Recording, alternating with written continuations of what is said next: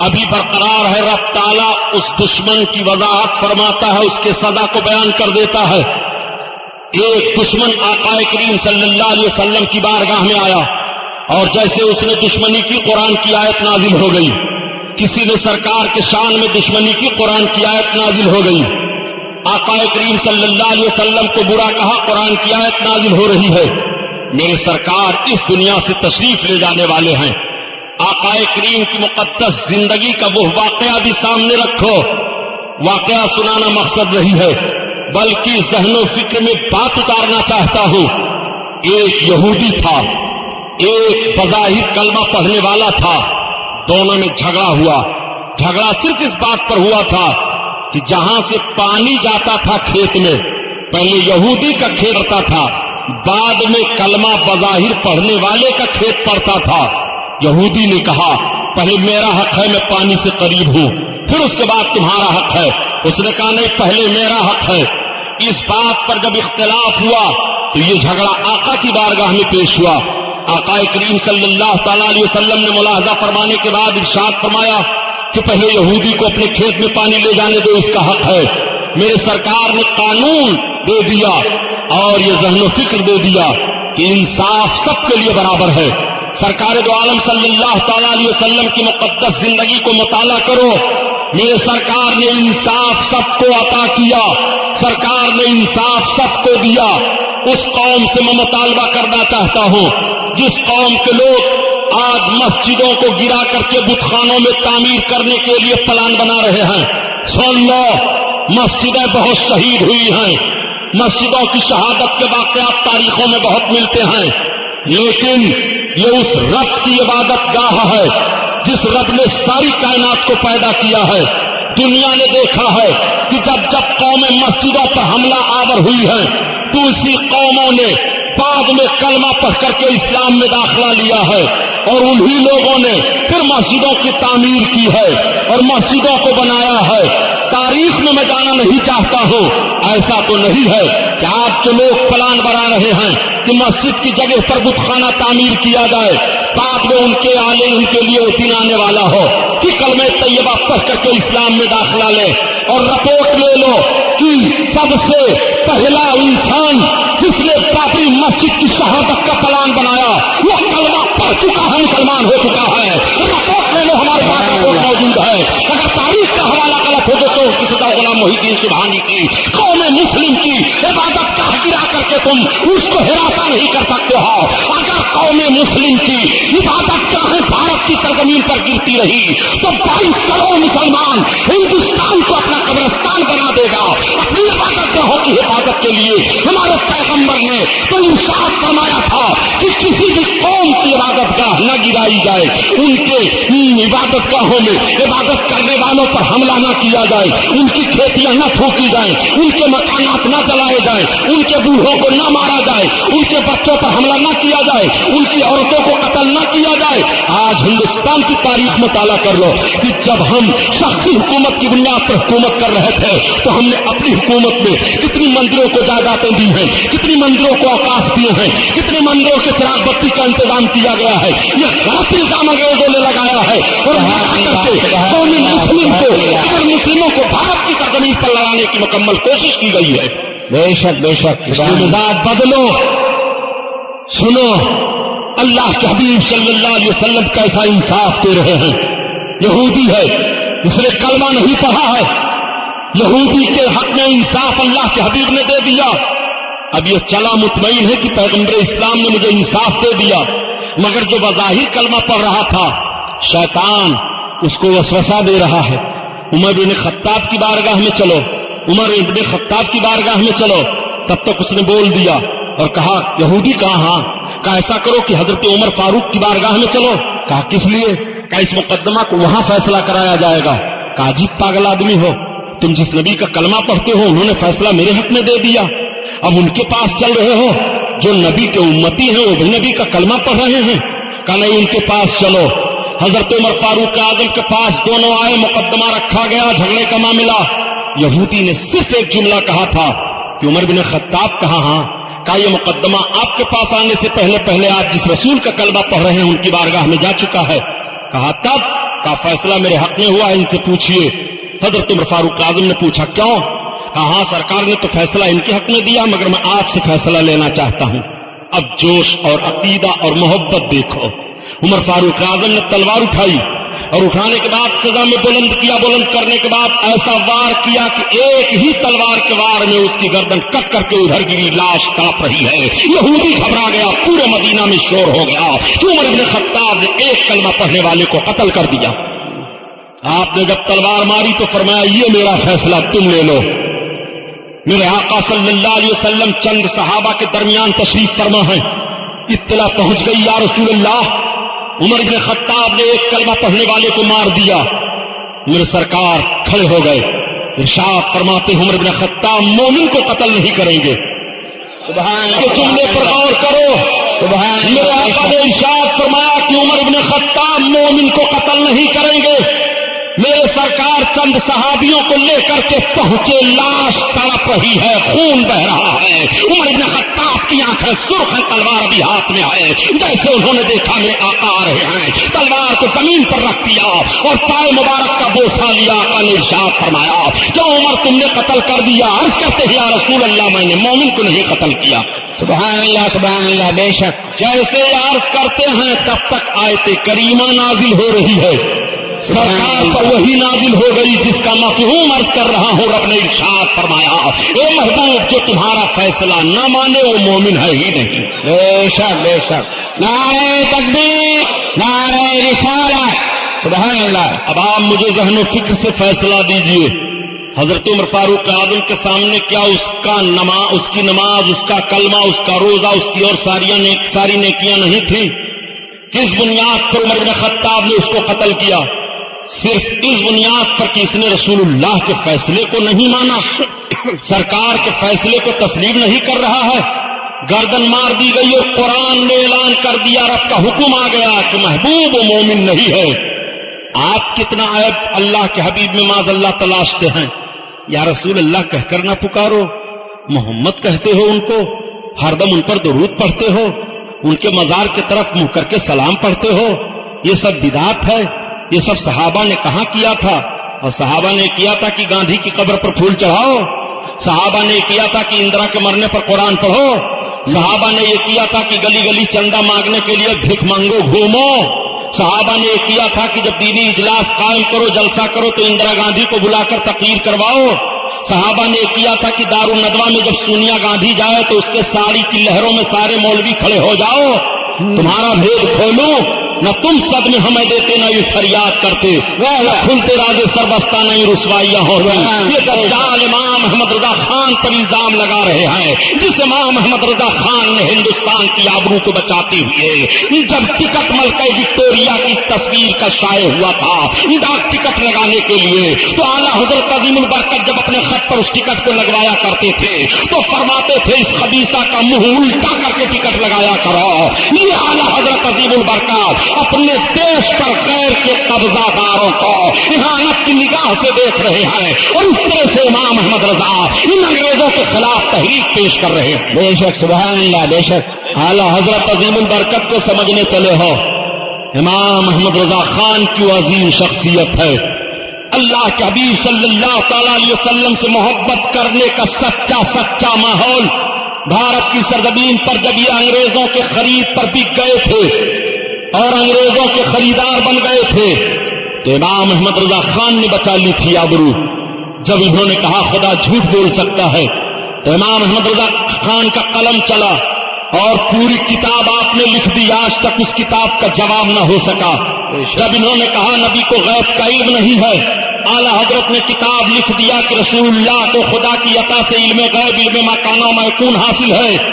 جب جس عنوان پر یہ حملہ کرتے تھے امام احمد رضا خان کا قلم چل رہا ہے، کتابیں آ رہی ہیں، 1000 سے زائد کتابیں اعلیٰ حضرت عظیم البرکت کی ہیں، اور 127 علم و فن پر اعلیٰ حضرت عظیم البرکت نے تباہ آزمائی کی ہے۔ محققین کا ریسرچ ابھی جاری ہے کہ اس سے بھی زیادہ علم و فن سامنے آ سکتے ہیں۔ وہ اعلیٰ حضرت عظیم البرکت رضی اللہ تعالیٰ عنہ ہیں۔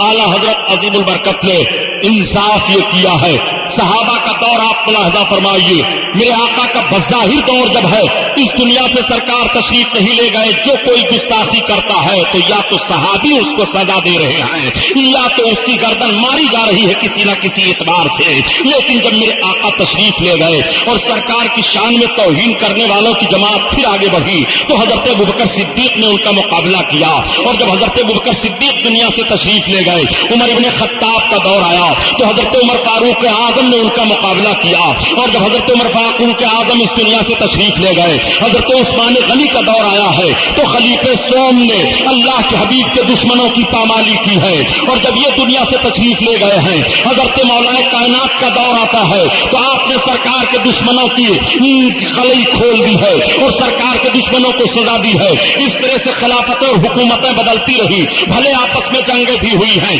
مگر رسول اللہ کے دشمن کو بھی چھوڑا نہیں گیا ہے، سرکار کے دشمن کو کبھی معاف نہیں کیا گیا ہے۔ ایک نوجوان ہم اور آپ ہیں پیارے کہ آج گناہوں میں ملوث ہیں، لیکن جب ہم تاریخ کو اٹھا کر کے دیکھ رہے ہیں اور تاریخ دیکھنے کے بعد جب ہمیں پتا چل رہا ہے کہ جب حضرت عمر بن خطاب کے دور میں بیت المقدس پر قبضہ کیا گیا تھا اور اسلامی جھنڈا لہرایا گیا تھا، اس کے 90 برس کے بعد جب پھر بیت المقدس ہاتھ سے چلا گیا تھا اور صلاح الدین ایوبی نے فتح کیا تھا، اسی ایوبی نے فتح کرنے کے بعد بیت المقدس کو دیکھا اور دیکھنے کے بعد آنکھوں سے آنسو برسنے لگے۔ تمام لوگوں نے پوچھا صلاح الدین ایوبی رونے کا سبب کیا ہے؟ تو آپ کی آنکھوں سے ساون بھادوں کی طرح آنسو برس رہے ہیں۔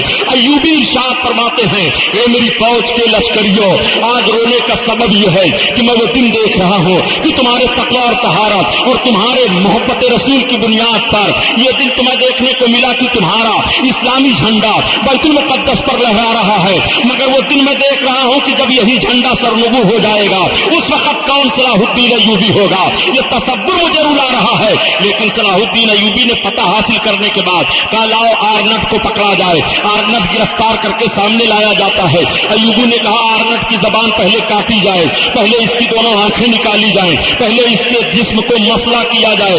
اس نے کہا ایوبی میں تمہیں خزانے کا وہ پتہ بتا دیتا ہوں کہ ہمیں معاف کر دو، تمہاری نسل نسلاً بادار رسلین کھاتی رہے گی، اور قیدیوں کو تو تم چھوڑ رہے ہو، مجھے تو چھوڑ دو۔ تو ایوبی نے کہا تھا نہیں نہیں، اور سارے قیدیوں کو تو فدیہ پر چھوڑ دیا جائے گا، مگر تیری گدی ضرور پھاڑی جائے گی، تجھ کو ضرور قتل کیا جائے گا۔ نادان تو نے ہی تو کہا تھا کہ جب تو نے 12 حاجیوں کو گرفتار کر لیا تھا اور 12 حاجیوں نے رسول اللہ کی دہائی دی تھی تو تو نے کہا تھا بلاؤ اپنے نبی کو مدد دینے کے لیے، تمہارے نبی آمد تمہاری مدد کرنے کے لیے۔ ظالم سن انتصروا انال محمد تسلیم، میں محمد کی طرف سے ان کا بدلہ لینے والا ہوں، آج تیری گردن ضرور کاٹی جائے گی۔ اور صلاح الدین ایوبی نے بیت المقدس کی شاہراہ پر آرنٹ کی گردن کٹوا کر کے اور اس کے جسم کو مسئلہ کروا کر کے پھینکوا دیا تھا اور قوم کو ذہن فکر دے دیا تھا کہ رسول اللہ کی شان میں گستاخی کرنے والوں کی سزا یہ ہے۔ صلاح الدین ایوبی کا دور گیا،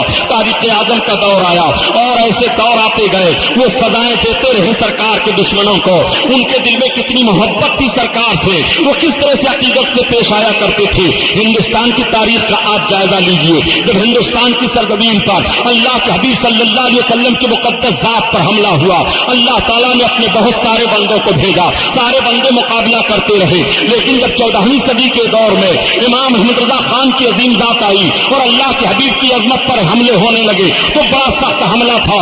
امام احمد رضا خان نے ان سارے حملوں کا جواب دیا، اور انہوں نے اکیلے ہی جواب نہیں دیا بلکہ ہندوستان کی سرزمین پر میں بتاؤں پیارے، جب اسماعیل دہلوی نے کتاب لکھی تھی جس کا نام تقویت الایمان ہے، تو اسماعیل دہلوی کی کتاب تقویت الایمان کے رد میں ہندوستان کے 250 کتابیں نکل چکی تھی تقویت الایمان کے رد میں، اور ہندوستان کے 362 علماء صرف اسماعیل دہلوی کے رد میں کتابیں لکھ رہے تھے۔ ان عالموں کے بڑے بڑے جو ہیں نام ملاحظہ کرو، اور اسماعیل دہلوی کے سگے چچیرے بھائی حضرت مخصوص اللہ شاہ دہلوی ہیں، مولانا موسیٰ دہلوی ہیں، یہ تمام ان کے قرابت دار ہیں اور اس کے رد میں کتابیں لکھ رہے ہیں۔ حضرت شاہ عبد العزیز محدث دہلوی رحمۃ اللہ فرماتے ہیں کہ جیسے میں نے شیعوں کے رد میں تحفہ اثنا عشریہ لکھ دیا، اگر میرے آنکھوں کی بینائی نہ گئی ہوتی تو میں ایسے ہی تقویت الایمان کا رد لکھتا۔